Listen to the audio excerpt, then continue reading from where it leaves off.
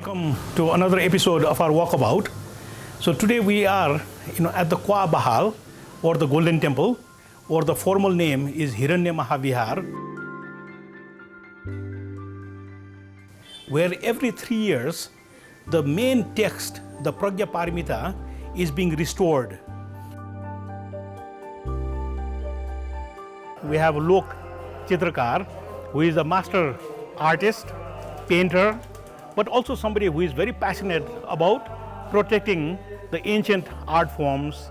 And next to me is Suresh Vajracharya, who is a member of the Sangha of the Kwa Baha, but more importantly a priest, but also somebody who is very skilled in the Ranjana Lipi and is part of the team that is restoring the Pragya Paramita.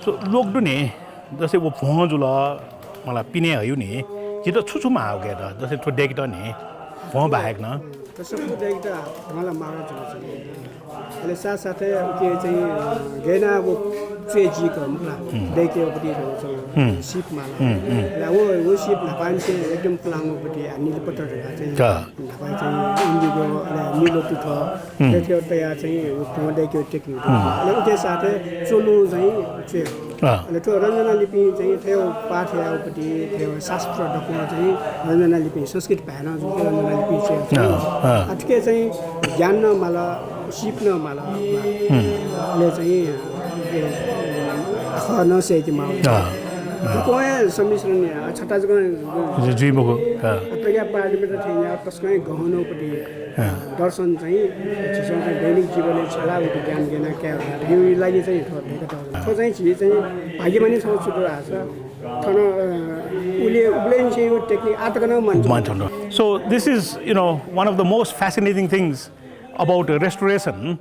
What Lok is describing is like a 1,000-piece jigsaw puzzle where you need many pieces to come together to complete the work.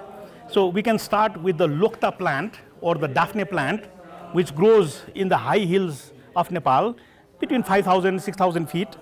And this plant, the bark, is basically cooked in ash or what we would call caustic soda, and then made into pulp. So once the paper is made ready, then it has to be coated with insect repellents. So in this case, it is harital, or we would say arsenic sulfide. But what Lok is also saying is after that, you need people who are skilled in writing the Ranjana Lipi, who are well versed in Sanskrit, but also know the content of the Pragya Paramita.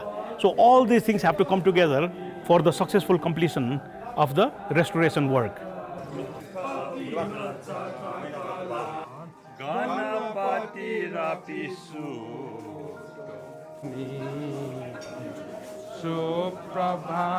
So let me, ask Suresh, तो चिसन to नि जैसे आज चिसन तो बा चाहिँ मलाई 1000 वर्ष पुलाऊ अथवा छि प्रज्ञा पारमिता चाहिँ 800 वर्ष पुलाऊ दगा गु चिसन त नि ताबले जिउ थौ हिसाबमा 16 छ तो देखि होला 265 चोटी ल थोडा चोय रुंगला हजुर आठलो संसार गर्न म रुचि जुइ नि तर 800 वर्ष चाहिँ गोक गेना जो छु खासै आठो प्रज्ञा पारमिता चाहिँ छनु छु चाहिँ 795 वर्ष उले चाहिँ आनन्द हम पिछु ओ टाइम में आनन्द पिछु तिब्बत कालीमा आनन्द पिछु म कि ओ पिछु चारो गोड छ मला ओ चाहिँ छ कापिन नगर हो गुलछा चाहिँ काश्मीर रहे मला गुलछा गण्डे तर ठ्याक चाहिँ गण्डा जी यहाँ चाहिँ सब कापिन नगर चाहिँ थन चाहिँ नेपालले ठेउ दियो ल मला नेपालले ठेन साथ चाहिँ अहिले चाहिँ आधगा नमाला ठ भुवाले लाउ दियो ल मला भुवाला चाहिँ अनि भुवाले म्याम चाहिँ थन क्वापिन अनि बिहा या चाहिँ वा न क्वाप्ला न चाहिँ तयार चाहिँ ठन्डी नेपाल के छ भने ज्यादा मला छ चाहिँ वो गेरा हा चाहिँ वो 800 वर्ष पुरानो बढी चाहिँ वो चाहिँ जिम्सा 3 वर्ष तर चाहिँ वो नेपाली चाहिँ 3 वर्ष मक्का 3 वर्ष भयो मला अब हेर गा चाहिँ जम्मा चाहिँ 300 वर्ष लिपछि का एना रोड हो अहिले वो गा चाहिँ अनि मेरो चाहिँ कमसेकम 50-60 वर्ष अर्थात् चाहिँ निको सगाइना दो अहिले जिम्सा चाहिँ थयानो चाहिँ 2054 सालमा निसे चाहिँ अहिले 3 वर्ष चाहिँ line गोबीगा. So this is another fascinating part.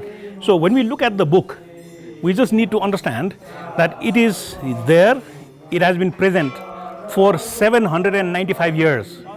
And so what we are seeing is a process of restoration that takes place every 3 years. But what Suresh is saying is that for 800 years, it has not happened 265 times. So it has been broken. But this has been regularly done in the last 50, 60 years on a 3-year cycle. Now, what is important about what he is saying is that if you do it every 3 years, then the skills and the knowledge also gets preserved. But if you do it once in 50 years, 60 years, then many of the skills could disappear.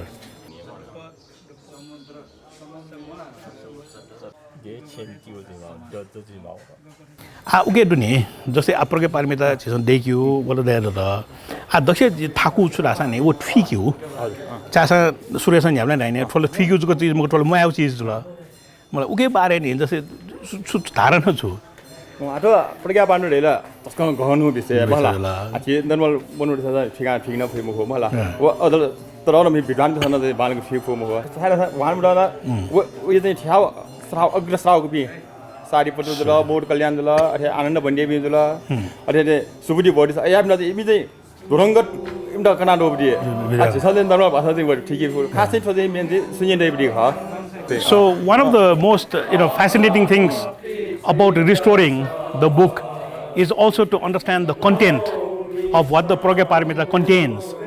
And so what Suresh is saying is that the Buddha left us this book from all the understanding, all the insights that the Buddha had. And so it is quite complex for us to understand. But ultimately the book talks about the enlightenment that the Buddha received, which is basically describing the path that we would take towards emptiness. Now again, emptiness as in the science or the art of living a life without suffering.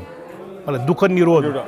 So a life without suffering. And so I think it is very profound, but what he's saying is very complex. Right? So we need to understand the complexity of the content of the Pragyaparamita as well. Oh, okay.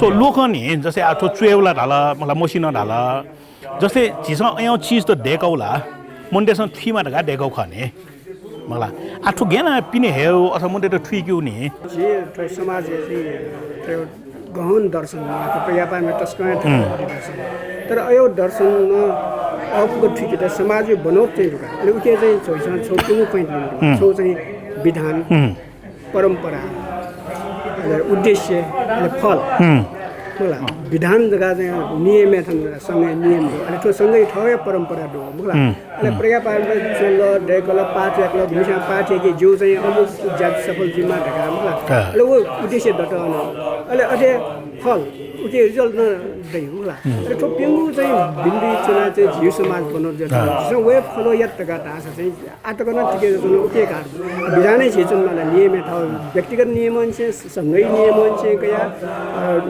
देशीय नियम अले के छ धर्म चिना अले जी Jaya painting या ढका होला जो चाहिँ पेन्टिङ या जिता आनन्द वेको चाहिँ पेन्टिङ या जिल्ला चाहिँ उके नियमे चुना चाहिँ यो जीवन नप चाहिँ जोरे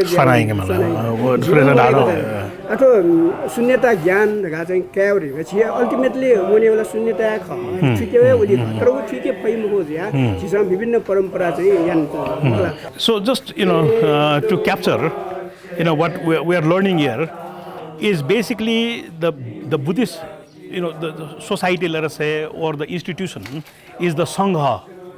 So the Sangha is the institution that binds everybody together.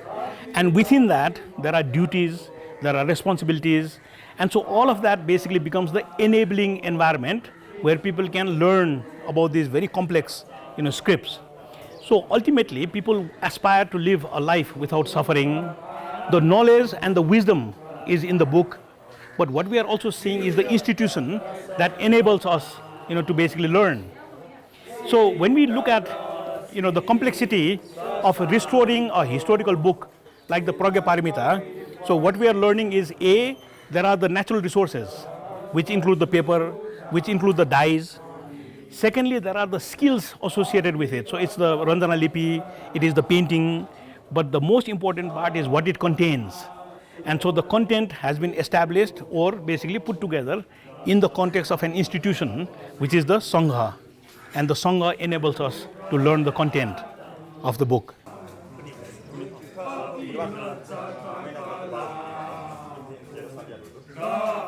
जी आओ दुने जैसे प्रकार पानी मतलब मन बनी अल बना चाहिँ उमसँग ठिक्यो लागि जैसे फुस्याला फुको चीज ठिम को उके जिसबले नि जैसे थियो ड्यो देखियो अथवा मन ठिक र देखो का उके तो मुद्रा त दुने बुली सेकेटा वे पिन्दु 아토 소지 지오 비름번에 나라 몰라 소지 루 모루 몰라 तर अब गुल्ला मनु चाहिँ थन गुल्ला थन ये थो भागल दिया हुई मला तर चाहिँ अले ओके चाहिँ डाइरेक्ट सोल्युसन मलाई इनडाइरेक्ट गर्न गेला अले चाहिँ ओके चाहिँ दान बार पनि इमेट असिना जोंडुगा दान बार पनि था था ताका मजा गथे जब तक चाहिँ दानिया फिल्मको वो चाहिँ वो ज्ञान का फिल्मको बुडनल एल खनि आ बुडनल चाहिँ अन पिंगो असंख्य कल्प छ लाख कल्प वो या हरेक जन्मेन वो चाहिँ थोइने छ दान बार पनि पुरेमा मलाई आछि बुडु दि त न चाहिँ 10 बार पनि अन बार पनि मलाई अब तकले नमाइ भयो दान बार पनि का दानी पुण्य छिरा चाहिँ ढोको ओ सफल प्राप्ति दियो दानी पुण्य छिबि चाहिँ दान दैलो छौ छिबो लागि चाहिँ छौ आपसन खा छौ चाहिँ स्वर्गीय दियो स्वानी खा मलाई ल स्वर्गीय चाहिँ बना चाहिँ अन थिए अन दिङो बि अब बुडु बिनु कुले चाहिँ जन्म जीव दि छौ चाहिँ लम्बु थामा गाडो ढोको दान चाहिँ यता चाहिँ बुडने चाहिँ अप चाहिँ राग बेसम चाहिँ दाने चाहिँ up So the Pragyaparamita, has two parts. So one is related to knowledge. The second one is related to skills. So the first chapter related to skills is related to the perfection of giving. So just to get us very clear, so pragya means the perfection of wisdom. Okay, so pragya paramita means the perfection of wisdom. So in the wisdom, it is partly knowledge and partly skill. So the first skill that we have to perfect is the perfection of giving. So what Suresh is explaining is that people have to learn to give, and very often people give because they have an objective, they have a goal. And so because of that, the Bahal is the place where people come to practice the giving. But what the text describes is the higher form of giving, where we have to actually perfect giving. So for example, giving the knowledge, giving the teachings of the Buddha is also giving. Giving away clothes is also giving. Giving away food is also giving. But the perfection of giving is getting to the ultimate level where we learn to give. And so the mudra that we have in front of us is the Dana mudra or the Varada mudra, which describes one of the chapters of the Pragyaparamita.